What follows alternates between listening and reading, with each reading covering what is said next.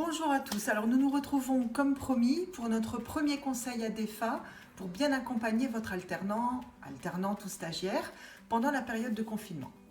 Notre premier conseil est de garder un contact quotidien si possible et à minima hebdomadaire. Alors qu'il ou elle soit en chômage partiel ou en télétravail, c'est vraiment important de garder le lien pour éviter l'isolement. Parce que pour certains, vous serez un des seuls contacts de la journée.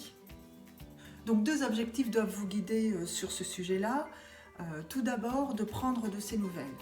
Maintenez un contact comme à la machine à café habituellement, où vous allez parler de tout, de rien, avoir des échanges informels. C'est important. La situation actuelle peut être stressante et en fonction de la situation du jeune, c'est important justement de veiller à cela. Alors ensuite, le deuxième objectif, c'est de faire le point sur ses activités et sur sa formation. Alors sur ces activités, en fonction des objectifs de travail que vous allez lui donner, mais ça on le verra la prochaine fois puisque ça fait partie de notre deuxième conseil. Alors pour ça, vous pouvez varier les types de contacts. Ça peut se faire par téléphone, par mail, en visio. Alors il y a plein d'outils qui le permettent, des outils simples comme WhatsApp, Skype, encore Teams, Zoom également. Donc ça c'est des outils qu'on utilise pas mal actuellement. Alors se voir c'est important par visio parce que ça permet de décrypter le non-verbal et du coup vous permet aussi de mesurer son moral. Ça vous permettra d'adapter la fréquence des contacts que vous pourrez avoir. Alors les contacts peuvent être individuels même si c'est court et à des moments différents. Donc comme ça vous permet de suivre son implication à différents moments de la journée.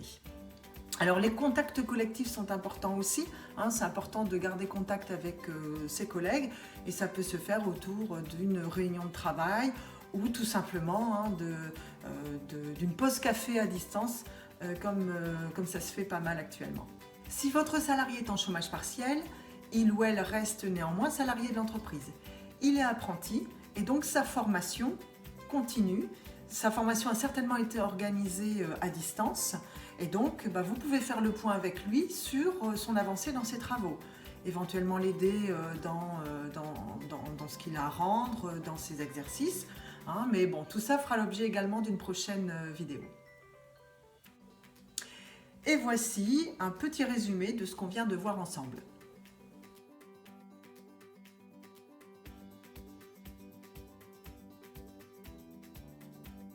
Voilà pour ce premier conseil, gardez le contact. Alors pour ceux qui ont suivi la formation tuteur, vous allez certainement vous souvenir du thème qu'on avait abordé sur l'importance de la relation entre le tuteur et son tutoré. Alors nous nous retrouvons mardi prochain pour notre conseil numéro 2. Fixez-lui des objectifs pour sa journée de travail. À très vite et surtout portez-vous bien.